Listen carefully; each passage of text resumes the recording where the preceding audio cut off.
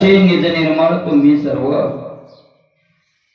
वसुदेव जनक त्या 9 महात्म्यांना म्हणताय तुम्ही निष्पाप निर्मळ, तुम्ही निर्मळ आहात, निष्पाप आहात, निष्पाप आहात असे निर्मळ आहात. खरी निर्मळता कधी येते? निष्पाप झाल्यानंतर काय येते? निर्मळता येते. खरी निर्मळता विकार केल्यानंतर खरी काय येते? निर्मळता येते. तुकोबाराय म्हणतात मला ज्या वेळेला विकार जातात त्यावेळेला तो देह एवढा पवित्र होतो, एवढा पवित्र होतो की तो देह आहे का नाही स्फटिकासारखा काय होतो? निर्मळ होतो. आहे का नाही? निर्मळ स्फटिक जैसा सकळ चिंतामणी शरीर जरी जाय अहंकार समूळ निंदा हिंसा कपट नाही देह बुद्धी निर्मळ स्फटिक तैसा. अशा प्रकारचा तो निर्मळ होतो. साधूचं वर्णन करत असताना असं म्हटलंय की संत निर्मळ आहे. निर्मळ निर्मळ संत निर्मळ आहे, पवित्र सोवळी एकतीच भूमंडळी. हे काय त्याचं कारणच ते आहे की त्यांचे काय गेलेले आहेत? विकार गेलेले आहेत. मग आता निर्मळ असल्यामुळं तुमचे निदर्शने तत्काळ कळीमळ नासती. तुमचं दर्शन झालं रे झालं की या कली युगातले जी मळ आहेत ठीक आहे नाही ती मळ तात्काळ काय होऊन जातात? कलियुगात नासून जातात तुमच्या दर्शनाने. कलियुगात सोपं आहे महाराज, परमार्थ कलियुगात काय आहे? सोपं आहे. साधूचं दर्शन झालं रे झालं, भगवंताचं नाम घेतलं की काय होऊन जातो? उद्धार होऊन जातो. म्हणून कलियुग हे सगळ्या युगापेक्षा श्रेष्ठ म्हटलंय महात्म्यांनी. जरी एका बाजूने दोष असेल त्याच्यात पण एका बाजूने ते काय आहे? चांगलं आहे. ऐसे निज निर्मळ असे तुम्ही मूळ स्वभावतः निर्मळ झालेले आहात. स्नान केली या गंगा पवित्र करी सकळ जगा. जे गंगा आहे निज पाप गंगा तुमचे चरण सांगा वांछित. मला तिथं तुकोबारायांनी म्हटलंय पवित्र सोवळी एकतीच चक्रात्मक म्हटलंय ना. तीच देव पवित्र आहे, गंगा पवित्र आहे, तीर्थ पवित्र आहेत. तर ते तुकोबाराय तसं का म्हणतात त्याचं तिथं महाराज एवढीच सांगताय की स्नान केली या गंगा पवित्र करी सगळं जगा. गंगेत स्नान केलं की गंगा काय करते? पवित्र करते. पण ती गंगा सुद्धा तिचे पाप घालण्याकरता यांच्या चरणाजवळ येते. इच्छा करते आहे का नाही? यांच्या चरणाजवळ येते. तीर्थाशी तीर्थ सकळ हे तीर्थे निवृत्तीचे पायी तेथे गुढी दे माझ्या मना. तीर्थे त्यांची इच्छा करते नित्य काळ व्हावया निर्मळ आपणाशी. म्हणून असे तीर्थ त्यांच्या पायाची इच्छा करतात. तुमची चरण दर्शन संगचित गंगा अत्यंत दाटुगी माझी जगा. दर्शन मात्रेने भवगंगा जन्म मरण पैगा मग कैचे. मला तुमचं दर्शनात रूपी गंगा ज्ञान हीच तुमची काय आहे? गंगा आहे. आणि त्या गंगेचं काय एकदा दर्शन झालं तुमच्या चरणावर की मला ती सगळ्यात श्रेष्ठ गंगा आहे. सगळ्या गंगेत ती गंगा काय आहे? श्रेष्ठ गंगा आहे. आणि मग ती गंगा काय करते? तुमच्या पायाचं दर्शन होतं, तिथं ज्ञान होतं. आणि दर्शन मात्रेने भवभंगा, भव म्हणजे संसार, संसाराचा दर्शन मात्राला काय करून टाकते? ती भंग करून टाकते, नाश करते. आणि एकदा का महाराजा भंग झाला या भावाचा जन्म मरण पैगा मग गायचे. मग त्या साधकाला जन्म मरण कसं राहणार? तुमच्या दर्शनाने हे काम होऊन जातं. तेथे कायसा गंगेचा पडी पाडू नाही तीर्थमय मेशी पवाडू. तीर्था भवदोष अवघडू त्याचा करी निवाडू दृष्टी संगे. तेथे कायसा गंगेचा. मग काय गंगेचं महत्व आहे? त्याच्या पुढं काय महत्व आहे गंगेचं? नाथ महाराज म्हणतात नाही तीर्थमय मेशी पवाडू. तीर्थ महिम्या तीर्थाच्या महिमेचा डांगोरा तुमच्या पुढे चालतच नाही. तिकडे महाराज संताजवळ आले की तीर्थाचं महत्व काही सांगायची गरज. तीर्थराव दर्शने प्रशस्तीची ठावो जया संगे ब्रह्म भावो भ्रांतासही. सुद्धा म्हणतात तीर्थी धोंडा पाणी देव रोकडा सज्जनी. येथे भाव फळे येथे अनाड तेवळे. मला त्याचा अर्थ असा नाही आपण असं लावतो तीर्थाला नाही जाणं झालं तीर्थी धोंडा पाणी देव रोकडा सज्जनी. अरे सज्जनाला देव कुठे गी मनमी चंगा तो काठवड मी गंगा. काठवट में गंगा आहे का नाही, काठवट में गंगा. अरे त्याचा अर्थ तसं नाही, चांगल्या कुठे बी देव आहे. अरे सज्जन शब्दाचा अर्थ संत. तीर्थात जाण्यापेक्षा चालते बोलते संत हे तीर्थापेक्षा काय आहे. तीर्थी वंडा पाणी, सज्जनी देव रोकडा. चालता बोलता, रोकडा म्हणजे नगद, चालता बोलता. चालता बोलता देव कोण आहे, संत आहेत. तिथे तीर्थाचा यांचा काय बदल आहे, तेथे भाव फळे. मला चित्रभागेत गेलं भाव नसला तर काय आहे. गाढवना निला महातीर्था माझी काय नवेदाईसाठी जी श्याम करण. तीर्था लावणी तो काय केले, चर्म प्रक्षाळीले वरी वरी. तीर्थक्षेत्री भेटेल देव हा मनीचा गुहे भाऊ, पण निज भावेन पाहू तीर्थी देव आशे. तीर्थातही देव भावाशिवाय नाही, तिथे भाव फळे. आणि येथे तीर्थ करून आले त्याच्यावर झालं. येथे अनाड ते वळे. अनाड म्हणजे अभावी. काय भाव तो भक्तीच्या मार्गाला बोलतो. हे संतांचं काय आहे, महत्व आहे, श्रेष्ठत्व आहे. तीर्थापेक्षा संत पवित्र आहेत, श्रेष्ठ आहेत. जन्म मरण पैगा मग त्यांचे तीर्थी बहुदोष अवघडू त्याचा करे निवाडू दृष्टी संगी. तीर्थात माझा पाप जाईल पण संसाराची भीती जाणार नाही. तीर्थात आंघोळ करताना भीती राहते, कपडे नेतात काय कोणी, बरोबर आहे का. संसाराची भीती जाते तीर्थात, जन्म मरण जातं तीर्थात नाही जाणार म्हणजे. पण त्याचा महिमा संताजवळ महाराज काय होतो, त्याची नुसती नजर पडली तरी ती भीती काय होऊन जाते, निवारून जाते. तरतील दोषी तळतील राशी पुनीत केले विष्णुदासी संगे आपुलिया दोषी. ऐशी पवित्रता प्रबल दृष्टी उत्संगी वाढवा सकळ. आजी झालो मी आते निर्मळ तुम्ही दिनदयाला मिळाले ती. म्हणून महाराज जनक म्हणतायत असे तुम्ही पवित्र आहात, बलवान आहात. म्हणजे पवित्रतेनं किंवा ज्ञानाच्या बळानं बलवान आहात. तुमची दृष्टी नजर एकदा माझ्यावर पडू द्या. आता मी चांगला निर्मळ झालो. जनक म्हणतात का तुम्ही भेटले.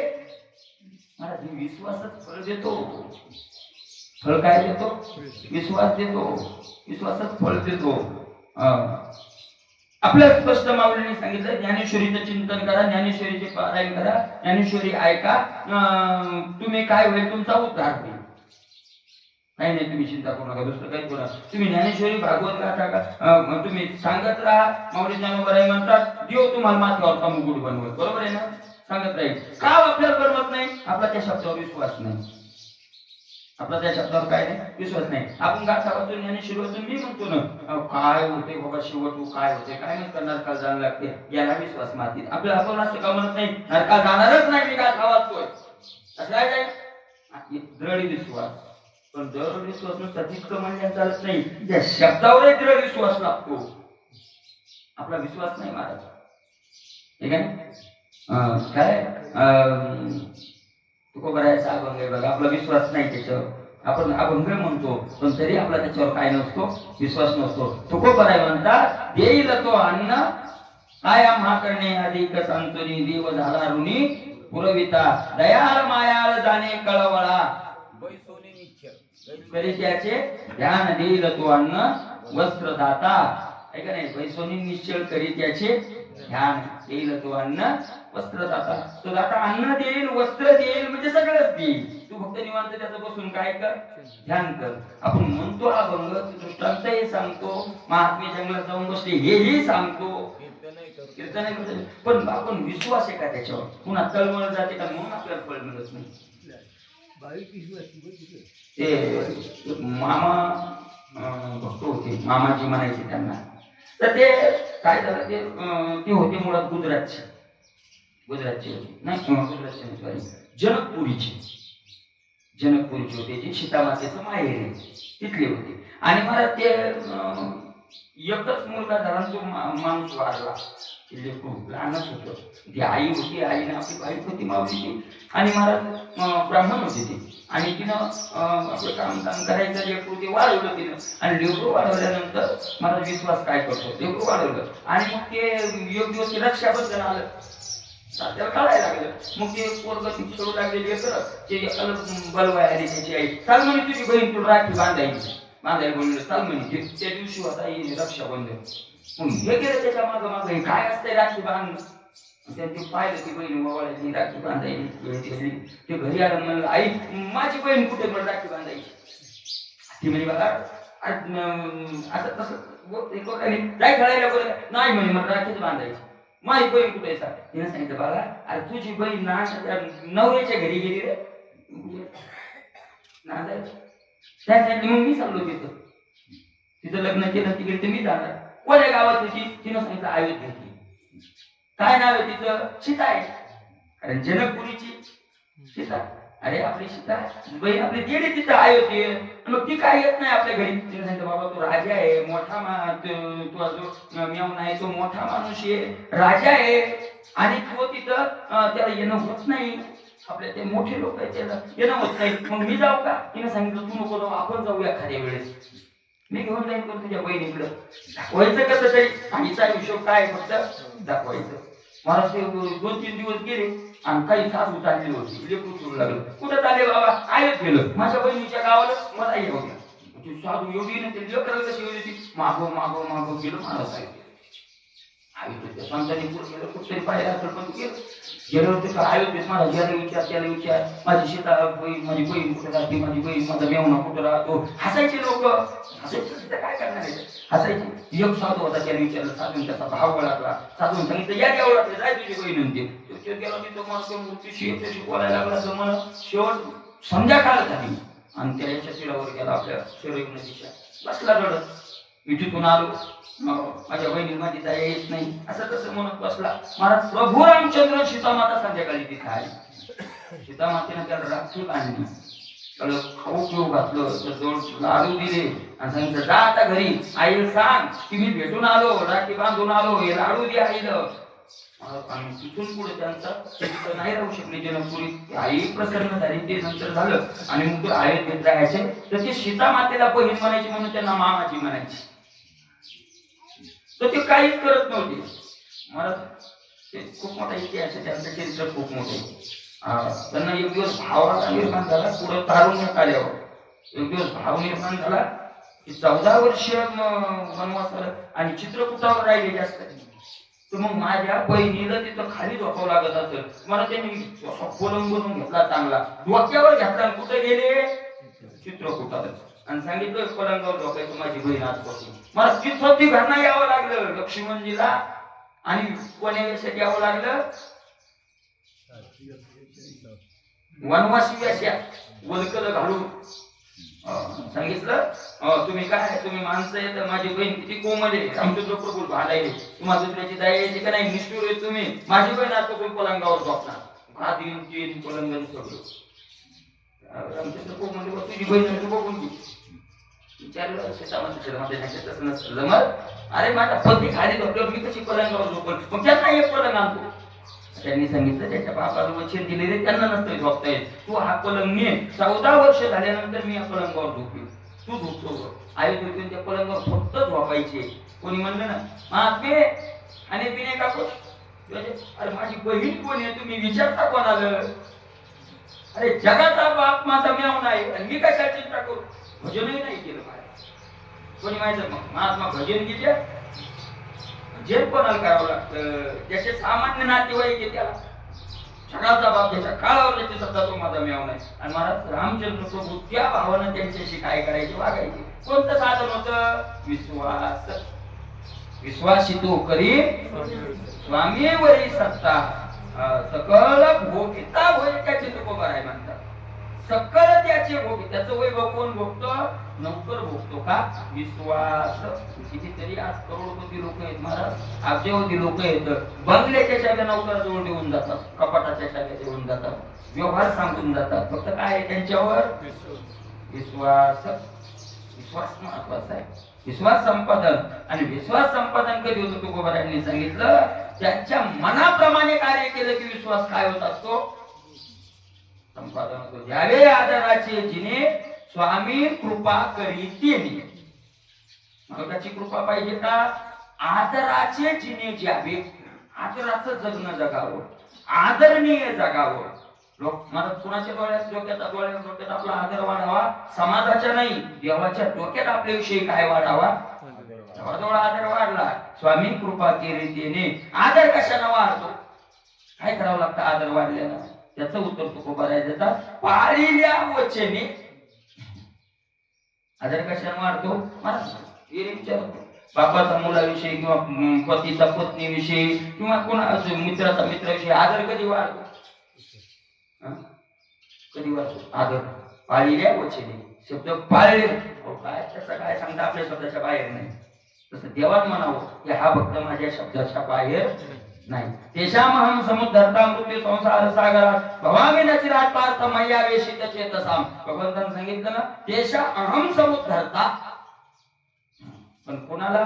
मय्या वेशित चेतसाम.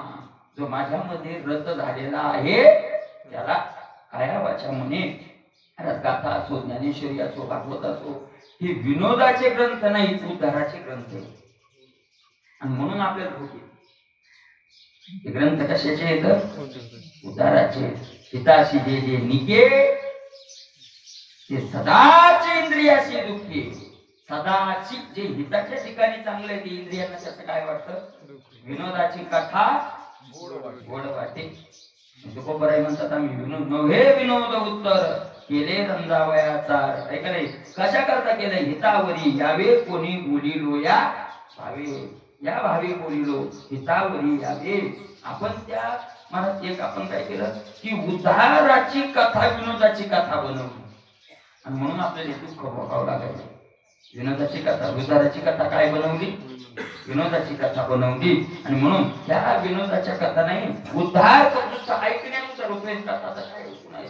संतांनी सांगितलंय ते श्रवण मात्रे काय ते आरती झाले श्रवण मात्रे कोणी आरतीचे सर्व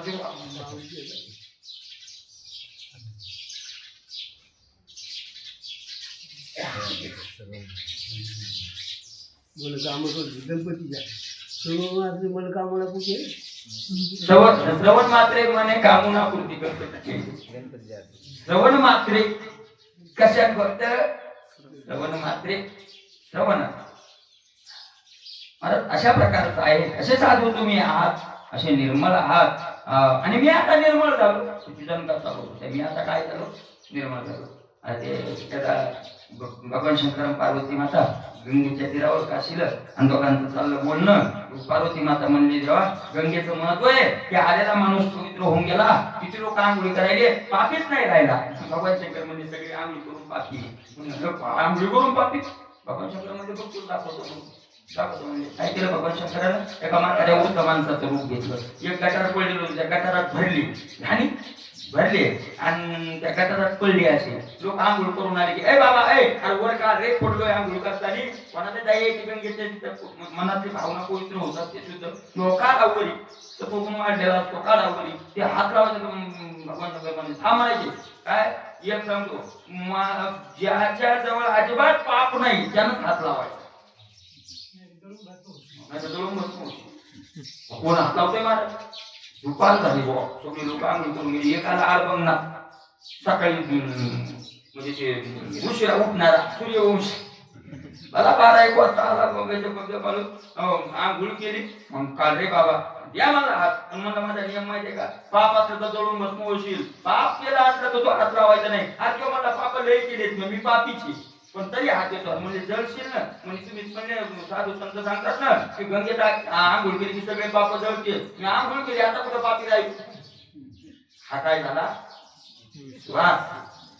त्याला म्हणतात विश्वास.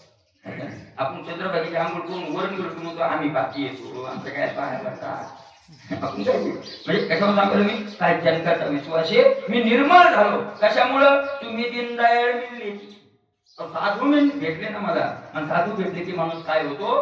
पवित्र होतो. ऐशे पवित्र आणि कृपामूर्ती भाग्य लागलो हे संगती. सत्संगाची निदत त्याचे सांगतात स्मृती मोनावल्या. असा पवित्र असलेले संत, कृपेचे मूर्तिमंत पुतळे असलेले संत भाग्यानं मला आज भेटले. भाग्य लागलो, भाग्यानं भेटली संगती मला. आता सत्संगाची ख्याती महिमा अरे सांगता सांगता श्रुतीला मौन पडलं. श्रुती मौनावली ब्रह्म निर्धर्म निर्धर्मा साधुमुखे ब्रह्मत्व हे ब्रह्मा. त्या सत्संगाचा महिमा अति गरिमा निरूप. महाराज काय त्या साधूच्या संगतीचं महत्व. नाथ महाराज म्हणत ब्रह्म हे स्वतः निर्धर्म आहे. कोणताच तिथं काय नाही धर्म. रूपच रंगत नाही तर धर्म कुठला आहे असं. पण त्याला आपला धर्म काय आहे हे कळत नाही. ब्रह्माच्या ठिकाणी धर्म नाही. पण महाराज जो धर्म आहे तो जगाला ब्रह्मानं नाही दाखवला, साधून दाखवला. धर्म कोण दाखवला. देवापेक्षा साधूचे उपकार कसे आहेत ते सांगायचे आहे की देवानं ब्रह्मानं धर्म नाही दाखवला. धर्म कोण दाखवला आपल्याला. साधून दाखवला, देवानं नाही दाखवला. त्या सत्संगाचा महिमा आणि ज्या साधूंनी धर्म सांगितला त्या सत्संगतीचा महिमा अति गरिमा. गरिमा म्हणजे श्रेष्ठ, अति श्रेष्ठ, निरूपम. त्याला कोणतीही उपमा देता येत नाही. सत्संग मनोनिधी समान, निधी जोडले हरपे दान, सत्संगाचे महिमान साधका संपूर्ण सद्रूप करी. महाराज एखादा धनाचा ठेवा हांडा सापडलाय का त्याला, मग त्या धनाच्या ठेव्यासारखा सत्संग म्हणाव का. म्हणता येत नाही. कारण तो हरपे ते धन काय होऊन जातं. हरप तुम्ही म्हणजे मी हरपू देणार नाही. हरपणं शब्दाचा अर्थ नाश होणं.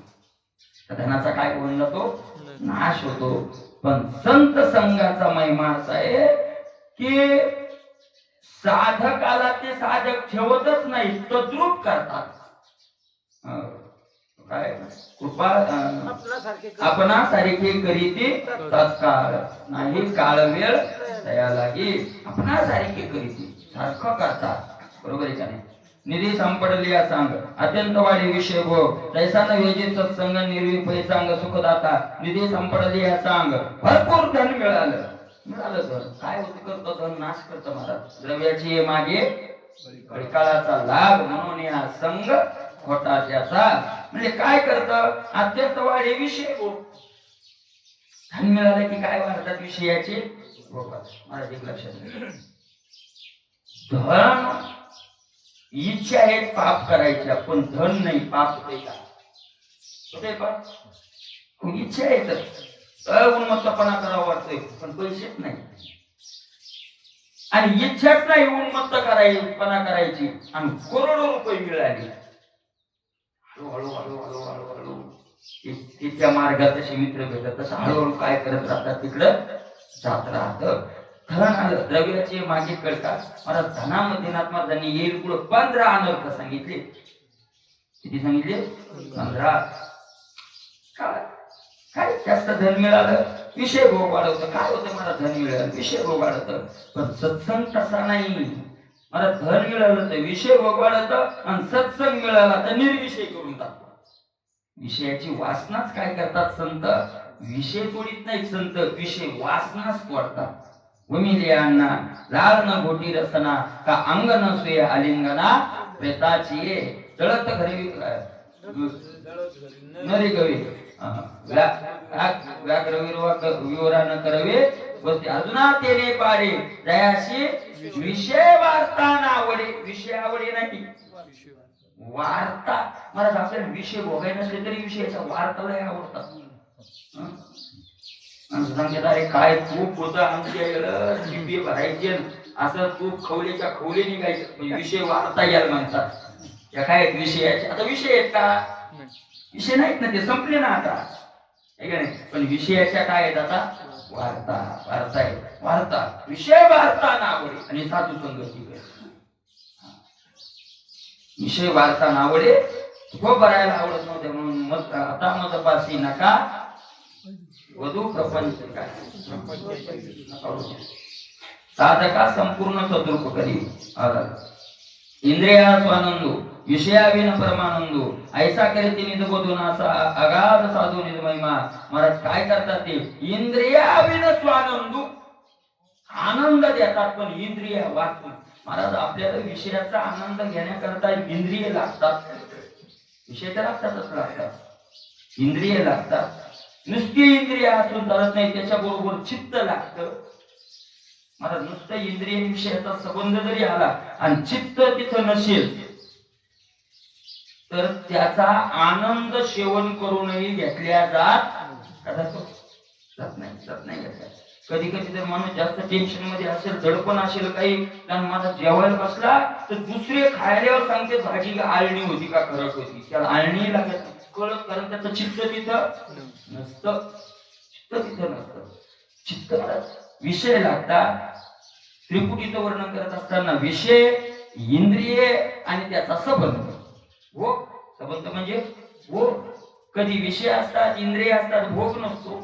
कधी भोग असतो, आपला विषय असतात तर इंद्रिय नसतात. कधी इंद्रिय असतात तर विषय नसतात. काय एक राहत तर एक नसतं. इंद्रिया वाचून आनंद संत देतात. तिथे इंद्रियाची त्रिपुटीची गरजच नाही. फुलेची झाली भ्रमर, तरुणीची झाली नाही, झाला आपला शेजार निद्राळू. फुलेची झाली, फुलच भ्रमर झालं, ते त्याचाच आनंद घ्यायला. तरुणीची झाली नाही, हा ऐका नाही, तेच त्याचा काय घ्यायला लागले, आनंद घ्यायला लागले. झाला आपला शेजार निद्राळूची. हा, अशा प्रकारचं ते शय्या काय होती? शेजार म्हणजे शय्या. शय्यानं सून झोपेचा आनंद मिळतो. ऐका नाही, तुकोबरायांनी सांगितलं, तेव्हा तुमची कृपा कशाला म्हणावं, तुमची कृपा कशाला म्हणावं. ऐका, तुमच्या कृपेचं नवल आहे काय? स्मशानीच आम्हा न्याहारीचे सुख, या नावे कौतुक तुमची कृपा. तुमच्या कृपेचं हे तर कौतुक आहे. तुम्ही त्या दिवशी कृपा केली आम्ही असं समजू, पण त्या दिवशी आम्हाला मसन वाट्यात बंगल्यातला आनंद मिळाला. त्या दिवशी आम्हाला तुमची काय झाली? कृपा. ज्याला भगवंताने ज्याच्यावर कृपा केली का, तो त्याला धन देतच नाही, शिल्लकच देत नाही. उपाशी तर मुरू येईल कसं काय, पण शिल्लकच देत नाही आणि देऊही नाही. काय करायचं? आता जास्त धन आलं, चांगले महाराजाचे घर पाहिजे. काही माणसं आहे ना त्याच्यावर बंगले बांधायचे.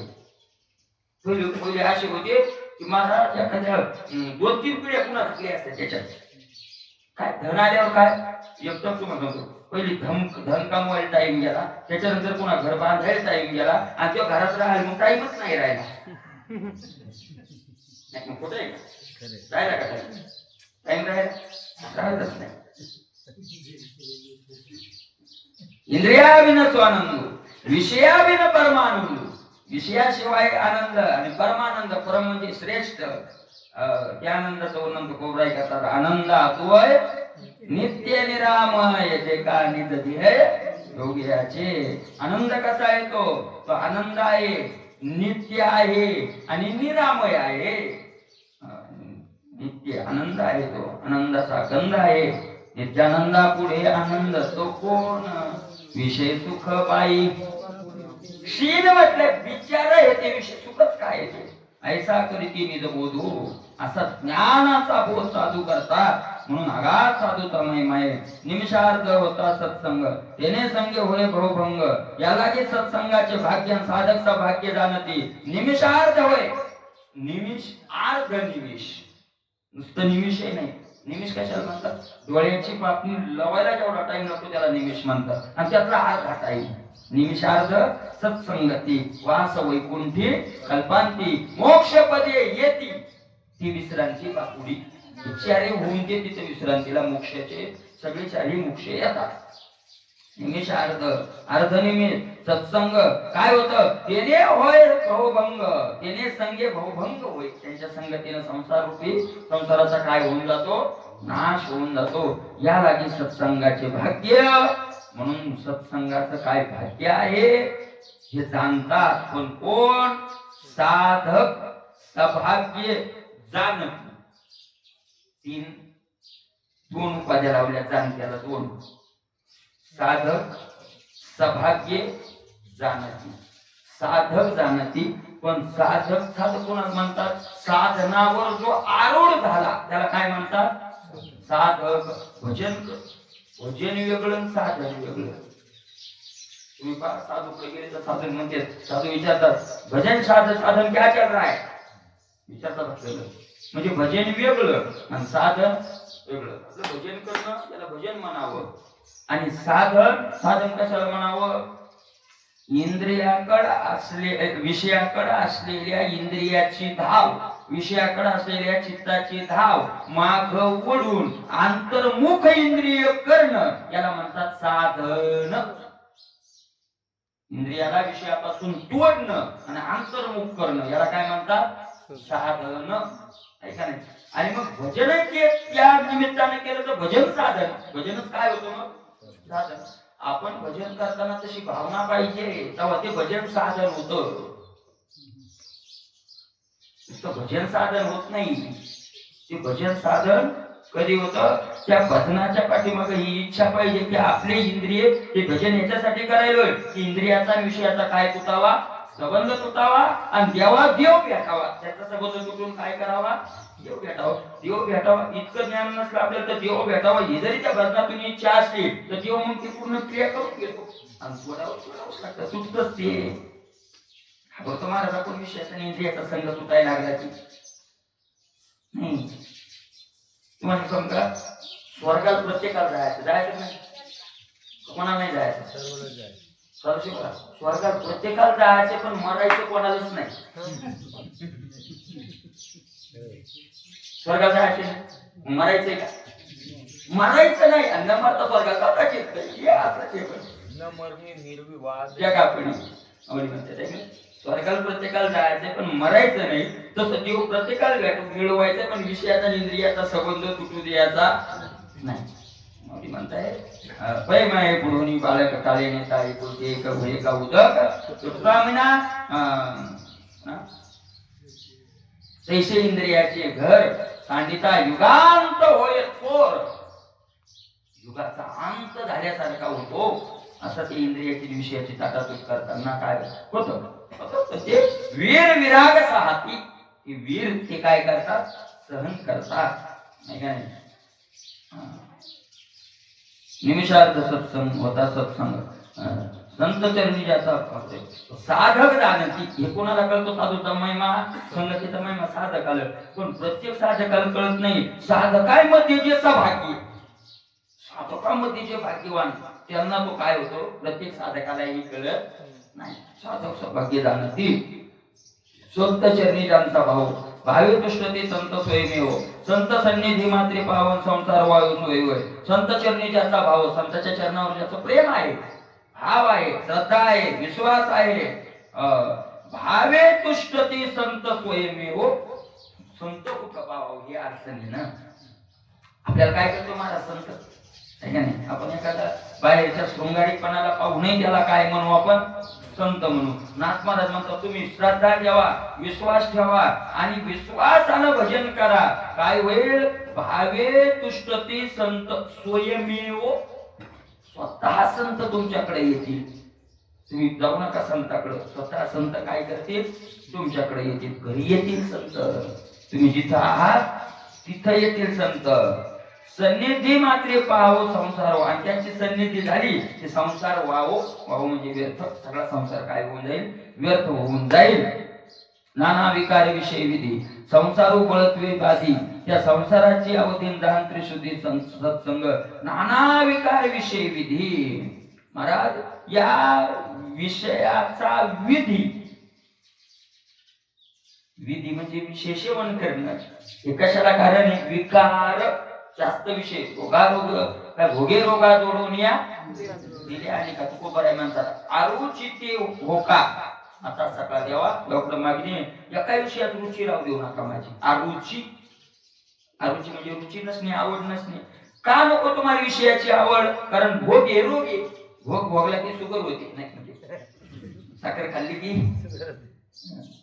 सदा शुगर शुगर काऊन झाली असं म्हणलं. देवान तुम्हाला जेवढं आयुष्य दिलं तेवढा साखऱ्या मोजून गेलेला आहे. तुम्ही जेव्हा आधीच खाऊन टाकला मग देव म्हणलं शिल्लक कोणाचा देऊ?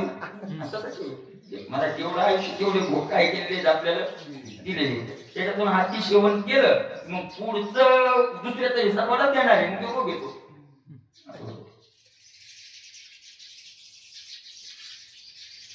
संत सन्निधी त्या संसाराची अवधी, अवधी म्हणजे शेवट.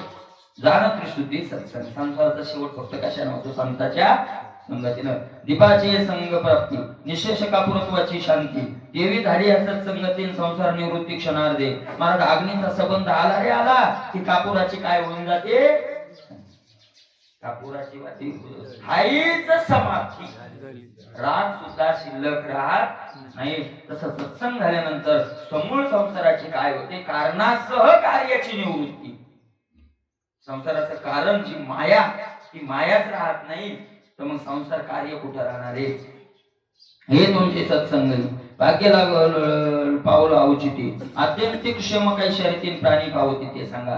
महाराज जनकांचा प्रश्न विचारलाय. भाग्यानं मला अशा संतांची संगती मिळाली आणि औचित पावलं अचानक मिळाली, मी काय खाटाटोप थोडा केलाय. आता मला एक सांगा, आत्यंतिक क्षम काही शर्यती, आत्यंतिक क्षम, आत्यंतिक क्षमाची अर्थी आहे शाश्वत कल्याण. अशाश्वत नाही, ज्याला आपण कल्याण समजतो ते कल्याण नाही, ज्याच्या पुढे काही मिळवायचंच मिळवायचंच राहिलं नाही ना. याच्या पुढे आता पुन्हा काही राहत नाही. आत्यंतिक म्हणजे शेवटचं असं कल्याण, अशी शांती, असं समाधान कशानं मिळेल ते सांगा. कशानं, कशा रीत काय, पद्धत काय त्याची. आत्यंतिक क्षमाचे वर्म जरी म्हणाल भागवत धर्म, त्या धर्माचं अनुक्रमण सांग सुगम सांगाजी.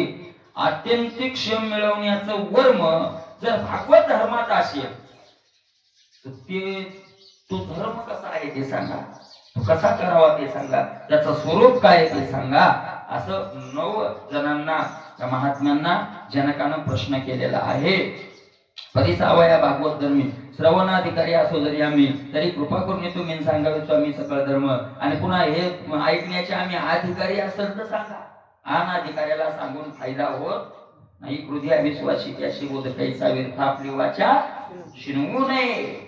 महाराज गीतेचं सांगत असताना गीते असं सांगितलंय की ज्याची देवावर श्रद्धा नाही, ज्याची संतावर श्रद्धा नाही, ज्याची ऐकण्याची इच्छा नाही, ज्यानं दुसऱ्याची निंदा टाकलेली नाही, जो पवित्र त्याला तू हे गीता शास्त्र सांगू नको, सांगू नको त्याला, आहे का नाही. महाराज नामाचा महिमा सुद्धा त्याला आवड नाही, त्याला सांगू नाही सांगतात. काय करतात सांगा मला माझा अधिकार असेल तर. नवल्या धर्माची ख्याती सप्रेम आदरिता प्रीती तेने तुष्टनिया श्रीपती सेवका हाती आपण या. काय नवल या धर्माचं, महाराज भागवत धर्माचं सप्रेम आदरिता प्रीती, प्रेमानं जर याचा आदर केला, आदर करणं म्हणजे तसं वागणं, जर त्याचा स्वीकार केला तर महाराज भगवंत प्रसन्न होतो, लक्ष्मीपती प्रसन्न होतो. आणि काय करतो, सेवका आपण या सेवका हाती दे, स्वतःला सेवकाच्या ताब्यात देऊन टाकतो. तुकोबराय म्हणतात अष्टमा सगळे लोक, तिन्ही लोक याच्यावर पुढे दंडवत घालतात, तू आमच्या घरी सेवा करतो. सगळे लोक ज्याच्या पुढे काय घालतात, दंडवत घालतात, तू आमच्या घरी काय करतो, आम्ही इतके बलवान आहोत.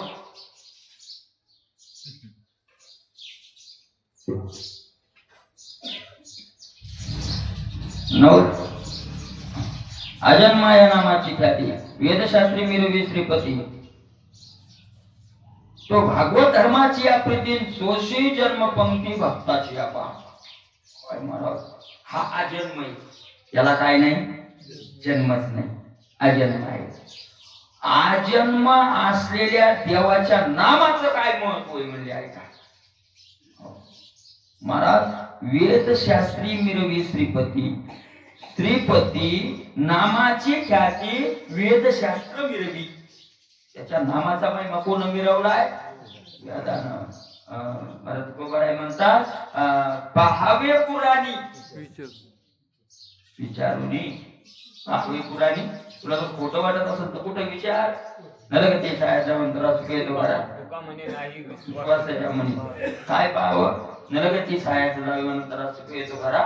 नारायण हे पुराणी विचारून पहा, कुठं जाणं लागते का, कुठं जाणं लागत नाही. इतक्याचा फायदा भरपूर घेतला आपण. नरगती छायाच्या जावे मंत्रात सुखेतो घरा, पण कोणाच्या ठाईचं बैसुनी, ठाईचं बैसुनी कराय कशी तर आवडी अनंत भावा त्याच्या करायचं. तो भागवत धर्माची प्रीती सोशी जन्म भक्ती. मला भक्तीसाठी, भागवत धर्म म्हणजे भक्ती, त्या भक्तीसाठी तो जगाचा बाप भक्ताच्या जन्मपंक्ती सोशी. अंबऋषी कारणी जन्मता घेतले. आपल्यासाठी घेतो ना, घेत नाही कोण म्हणजे. पण ते आपल्या तिथं जावं लागत. भक्ताच्या पंक्ती तो काय करतो, पंक्ती शब्दाचा अर्थ लाईन. अनेक जन्म घेतले भक्तासाठी त्याला. भक्तासाठी आम्हासाठी अवतार मत्स्य कुर्मादी शुकर. आम्हासाठी तो उभा आहे म्हणतात. एवम भागवत धर्मीदान जो कोणी अनन्य शरण त्याशी तुष्टोनी नारायण निजात्म पूर्ण सोय देतो. अरे या भागवत धर्मामध्ये, या भक्तीमध्ये जो कोणी अनन्य शरण, अनन्य म्हणजे अन्य त्यागात इथे अनन्यता. अन्य म्हणजे दुसरं, तो सोडून दुसऱ्या सगळ्याचा त्याग, याचं नाव काय आहे? अनन्य. तो एक सोडून दुसऱ्या सगळ्याचा. अन्य न इथे अन्य न. अन्य म्हणजे दुसरं, अन्न म्हणजे नाही. तो सोडून दुसरं कोणीच नाही, याला काय म्हणतात? अनन्य. कोणीच नाही असा जो अनन्य, त्याच्यावर देव प्रसन्न होतो.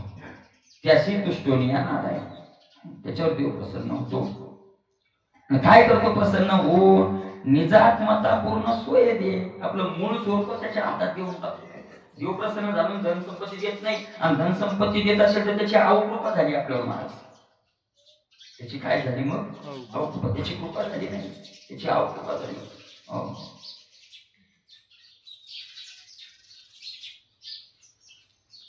भागवत राजेंद्रदास महाराजांनी त्याशी अनुभव सांगितलं त्यांचा. ते म्हणजे मला एक गर्व होता, मी सगळं करतो, कथा वगैरे हे करतो. आणि नंतर त्याचं झालं, तो त्यांनी कोरोनातला एक अनुभव सांगितला. कोरोना झाला, पहिलं लॉकडाऊन लागलं, आणि लॉकडाऊन लागल्यावर म्हणजे जिल्हा बंदी झाली होती ना, गावात कोणाच्या घरी जाण्याचं हे नव्हतं, एवढं कडक झालेलं. आणि संध्याकाळच्या वेळेला त्यांनी सांगितलं, गोशाळेतला तो अधिकारी आला, म्हणजे गोशाळेत त्यांच्याकडे सगळं राहत होतो. त्यांनी सांगितलं, महाराज उद्या गाईला चारा नाही, आणि उधार चारा भेटत नाही. आता उधारी त्यांचा चारा आणला, त्यांची उधारी ती आता पहिली दिल्याशिवाय चाराही देत नाही. आता काय करायचं?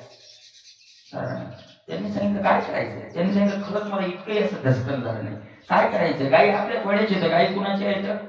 कृष्णाच्या आहेत. कृष्णाच्या गाई आहेत. ज्याच्या गाई तो पाहून घेईल, बरोबर आहे की नाही? ज्याच्या गाई तो पाहून घेईल. गाई येतं 10 ते 12,000,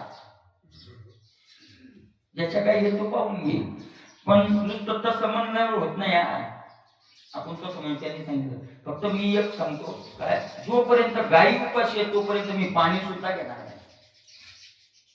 गाई उपाशी, कृष्णाच्या गाई उपाशी कृष्ण पाहिजे, पण गाई उपाशी आहे तोपर्यंत मी कसं काय जेवणार, पाणी घेणार? मी सुद्धा पाणी घेणार नाही. जा म्हणे, गेले म्हणे, रात्र गेली महाराज. त्यांनी सांगितलं अशी झोप लागली त्या दिवशी, निश्चिंतता आहे, विश्वास आहे, काही चिंता नाही. दुसऱ्या दिवशी सकाळी मी उठलो, स्नान देवपूजा सगळी झाली, बसलो होतो. एक आली मोठी गाडी, शेताला मला दर्शन वगैरे सांगितलं.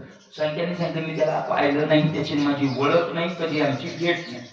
त्यांनी सांगितलं मी तुमचे युट्यूबला वगैरे कार्यक्रम ऐकतो, टीव्हीवर वगैरे कार्यक्रम ऐकतो, तुमच्याकडे गोशाळा आहे असंही मी ऐकतोय. मी म्हणे हैदराबादचा. हैदराबाद कुठे आहे? मथुरा, वृंदावन कुठं, किती लांब आहे? जवळपास 2,500 किलोमीटरच्या पुढे अंतर. त्यांना सांगितलं मी मोठा अधिकारी, माझ्याजवळ पास आहे, म्हणून माझी गाडी कुठं अडवल्या गेली नाही. काय इच्छा आहे बुवा तुमची? काय नाही इच्छा, ऐका ही इच्छा ऐका. आता त्यांना सांगितलं, मला जे सोपं नाही, त्यांना सांगितलं मी काल सकाळी शपथ खाल्ली की तुमच्या गाईला काही दान आणून दिल्याशिवाय पाणी पियायचं नाही. त्याने शपथ खाल्ली, गाईला दान दिल्याशिवाय, यांच्याजवळ नेऊन दिल्याशिवाय पाणी पियायचं नाही. मी घेऊन आलो. आणि त्यांनी तो आकडा सांगितला नाही, पण त्यांनी सांगितलं 1.5 वर्ष निघलं त्या पैशात. आता कोरोना निघला, पैसे एवढे दिले, मागची तर उधारी पिटली, पण पुढची किती निघले? 1.5 वर्ष. 1,00,000-2 लाख आहे का नाही? 1.5 वर्ष म्हणजे 2-3 लाख दिले असतील. त्यांच्या तोंडातून ऐकलं, माझ्याजवळ रेकॉर्डिंग आहे, त्यांचा एका महिन्याचा गाईचा आणि अन्नदान म्हणजे तिथला खर्च आहे त्या आश्रमाचा 1.25 कोटी रुपये. एका महिन्याचा, वर्षाचा नाही, आपल्या गावाचा नाही, वर्षाचा 1.25 कोटी. वर्षाचा नाही आपल्या गावाचा. त्यांचा एका महिन्याचा खर्च किती आहे? एका महिन्याचा 1.25 कोटी, म्हणजे 1200 15 कोटी रुपये वर्षाला लागतात. 15 कोटी वर्षाला लागतात. 1.5 वर्षाचे 15 साडेपाच, म्हणजे त्यानं 25 कोटी मागचे किती आहे ना, 25 कोटी दिले ना. त्यांनी सांगितलं आता मी पाणी प्यायला मोकळा झालो. त्यांनी सांगितलं मी एक शेप दिला, शेप खा.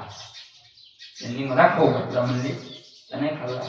नाव नाही सांगितलं, पत्ता नाही सांगितला कुठला आहे. आणि अजून आता कोरोना होऊन एवढे वर्ष झाले, पुन्हा त्याचा फोन नाही, पुन्हा भेट नाही. कुठून पण हैदराबादून आला होते ते म्हणजे मला नंतर उजेडलं. देव सुधरू देत नाही, मला करतो त्याच वेळेस नाही बुद्धी चालू देत. कुठून आला तो? हैदराबादून पण आला. कोण शेत होता, एवढे पैसे मनात घेऊन कोण आलाय? यांनी पाणी प्यायचा नियम नाही केला की त्याने नियम केला पाणी नाही प्यायचं लिहून देऊ. माझ्या ताई तुम्ही जायचा भाव धरा, जायचा तुम्ही खरा. करत नाही भगवंत, करत नाही का? अरे करत नाही. पावला भगवंताच्या अंगोष. फक्त त्याच्यावर काय लागतो? विश्वास. आपण काहीच विश्वास टाकत नाही. भगवंत जिथं जे लागतं तिथं ते काय होतो? त्या ठिकाणी तो देतो. मला नाहीच परेशान होऊ देतो. बरं मला परेशान होत नाही. आम्ही काही नाही म्हणजे ब्रह्मगिरीच्या परिक्रमेत मला 4, 5, 6, 7 परिक्रमा झाल्या. गुडघा दुखायला लागला, त्रास देऊ लागला. मला गोळी घेतली तुम्हाला 35 रुपयाची एक गोळी. अशा 3-4 गोळ्या खाल्ल्या, राहीच नाही. मदत नाही करायचं, चला जे होईल ते, जे होईल ते. मला जेवढे करून खाली उतरू लागलो. उतरूच देईन आता पाय. काय करा, उतरूच देईन. मी पायला असा तो एवढा सुटला. याला म्हणलं कसं, हे म्हणे मी उचलून घेतो. तुम्हाला म्हणलं 9 किलोमीटर शक्य आहे का? बरं तिथं रिक्षा आहे नाही, गाडी येत नाही, काय करणार? साईड लोक होतो. एक बाई आली मग म्हणजे बाबा गुडघा दुखतो का? मी सांगितलं नाही. काय दुखतो म्हणजे गुडघा दुखतो का? म्हणलं होणार आम्ही तळमळी सांगितलं होणार आपण गोळी देऊ का? म्हणजे द्या भाऊ. मला गोळीवर भरोसाच नव्हता राहिला, कारण 35 रुपयाच्या गोळ्या खाऊन जाऊ नाही. म्हणलं द्या भाऊ. म्हणलं ती थोडं ढकलत उद्या पाहून गोळी खाल्ली. पाणी त्या बाईनंच दिलं बाटली. पाणी दिलं, पाणी पिलं आणि ती माग गेली. हिच्या माणसं माग असते, कोणी आपल्याला काय करायचं? 2-3 मिनिटं थांबलो, जरा क्षण कमी झाली, निघलो. मला इथून जास्तीत जास्त आपल्या शाळेपर्यंत गेलो. पाय हलवून पाहिलं काहीच नाही. पाहिलं तर त्याची सुजही नाही अजिबात. पण त्या म्हणलं कळत्या बायकोच्या गोळीचं नाव लिहून आण. उद्या जर तू खायला तर भावना काय, उद्या जर तू खायला तर गोळी घ्यायला पाहिजे ना. पण म्हणलं मागं 3 किलोमीटर पळाला मला. माणूसच कारण श्रावण सोमवारी माणसं राहतात. येण्याच्या रस्त्यावर कोणीच नसतं.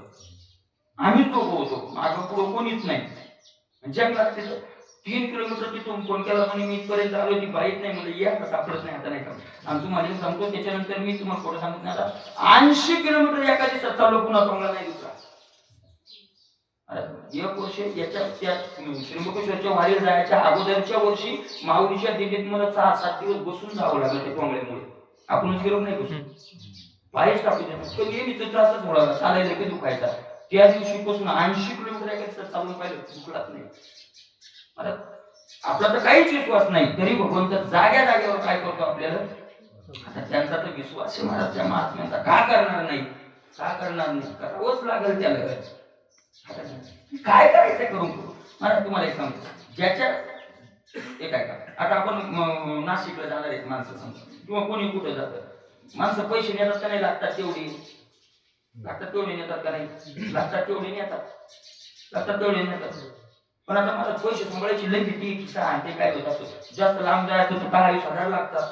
कुठं सांभाळावं, कशा सांभाळावं. मग मला आता जुन्या माणसं झालं, पण आता तो काय जोड एटीएम आहे ते 20,000 येईल का खिशात? कशाने? कारण जिथं लागले तिथे जेवढे लागले तेवढे घालायचे. कशाला वागवायचे? एवढं ते एटीएम असलं की काय झालं महाराज. तुको बाय काय म्हणतात, काय आम्हा करणे अधिक सांगतो नी एटीएम आहे हो. भक्ताजवळ देवाचं काय असतं? देवरूपी का म्हणे आम्ही जी इच्छा करू ते कल्प करू पुरविता. एटीएम आहे, कशाला साठवतील? पैसा त्याला खिशात घ्यावं लागतं, त्याच्याजवळ भक्ती रूपी काय नाही, तोच माझा कुठेही देतो. काय काम देऊन सगळे सर्व स्वतः चालत आहे ना, काम घेऊन काय बाजार घेऊन चालते का, केलं मिठन कोण काय मागेल कोण काय, जो जो जे ठेवा जे जे मागे ते ते एक सरेची प्रसव लागे. भक्ताचं महिमा, भक्त ही माझी विभूती आहे, ते विभूती सांगताना संताचं वर्णन त्या वेळात केलेलं आहे. काय महाराज त्यांचा महिमा. आणि म्हणून इंद्रिय आम्ही स्वानंद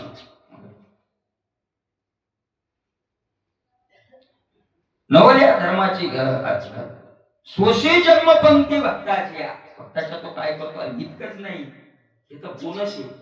मला देव भक्ताला खाऊ पिऊ घालतो, त्याचं भजन जाळीत नाही, भजन जाळीत नाही, तर त्याला ते काय दिलं जातं, बोनस. तर तो त्याचं भजन करायल्यावर त्याला त्याचं जगविण्याची आहे का नाही, ते बोनस असतं. त्याच्यातून इच्छेतून मागणी केली की भजन जळतं. निरीक्षेनं खाया पिया पुरतो तो देतो, देईल तो अन्न वस्त्र तो दाता देणारच. त्याच्यात काय भागवत धर्म श्रवणार्थ योग भागवत धर्मी जाण, जो कोणी अनन्य शरण त्याशी कृष्ण नारायण निजात्मता पूर्ण सोयी देत. महाराज अशा भक्तीमध्ये जो कोणी अनन्य शरण आलेला आहे त्याच्यावर भगवंत प्रसन्न होतो आणि प्रसन्न होऊन त्याला स्वतः त्याच्या ताब्यात जातो. भागवत धर्म श्रवणार्थ मद अधिकारू जरी नसेल येत तरी मी अनन्य शरणागत आणि तुम्ही समस्त कृपाळू. वर्जनकाने एक पुन्हा पळवाट काढली, मी अधिकारी असेल तर मला सांगा, अधिकारी असेल तर सांगा, मी अधिकारी नसेल तर मी तुम्हाला शरण आलो म्हणून सांगा. अधिकार नसेल माझ्याकडे तर तुम्हालाच बोलतो अधिकार आहे का नाही, अधिकार नसेल पण तुम्हाला शरण आलो ना. आणि जो माझं होय अनन्य शरण, आमच्याकडे कधी काय अधिकार नाही, महापापी येत पण शरण तुला येत ना, आहे का नाही. शरण तरी कोणा हसे जन, काय आम्हा पिढी जन तरी का मेला नारायण. तुकोबराय म्हणतात लोक आम्हाला जर त्रास द्यायला आमचा नारायण का मेला का काय, तो पाहिजे नाही. मला ते आलं प्रमाण, पण मला दुसरं पाहिजे होतं. नारायण अधिकार नसेल तर मी तुला काय झालेलो आहे, अनन्य शरण आलो. आणि अनन्य शरण आल्यामुळं आम्हा असे जन, असे प्रमाण आम्हाला जर लोक हसायला लागले तर आमचं काही जाणार नाही. आम्ही तुला शरण येत, लाच कोणाची जाणार आहे, तुझी जाणार आहे. समर्थाशीला आपुल्या नामाची तुला तुझे तू बघ तुझं आता शरण आली याची लागे चिन्ह, शरण आली याची तुझं जाणार आहे का नाही. मज कोण कुशे रंका नाम सांगे तुझे तुका. आम्ही तुझे म्हणतो, आम्ही देवाचे म्हणतो, मला नाव तुझं जाईल, आमचं काय जाणार आहे.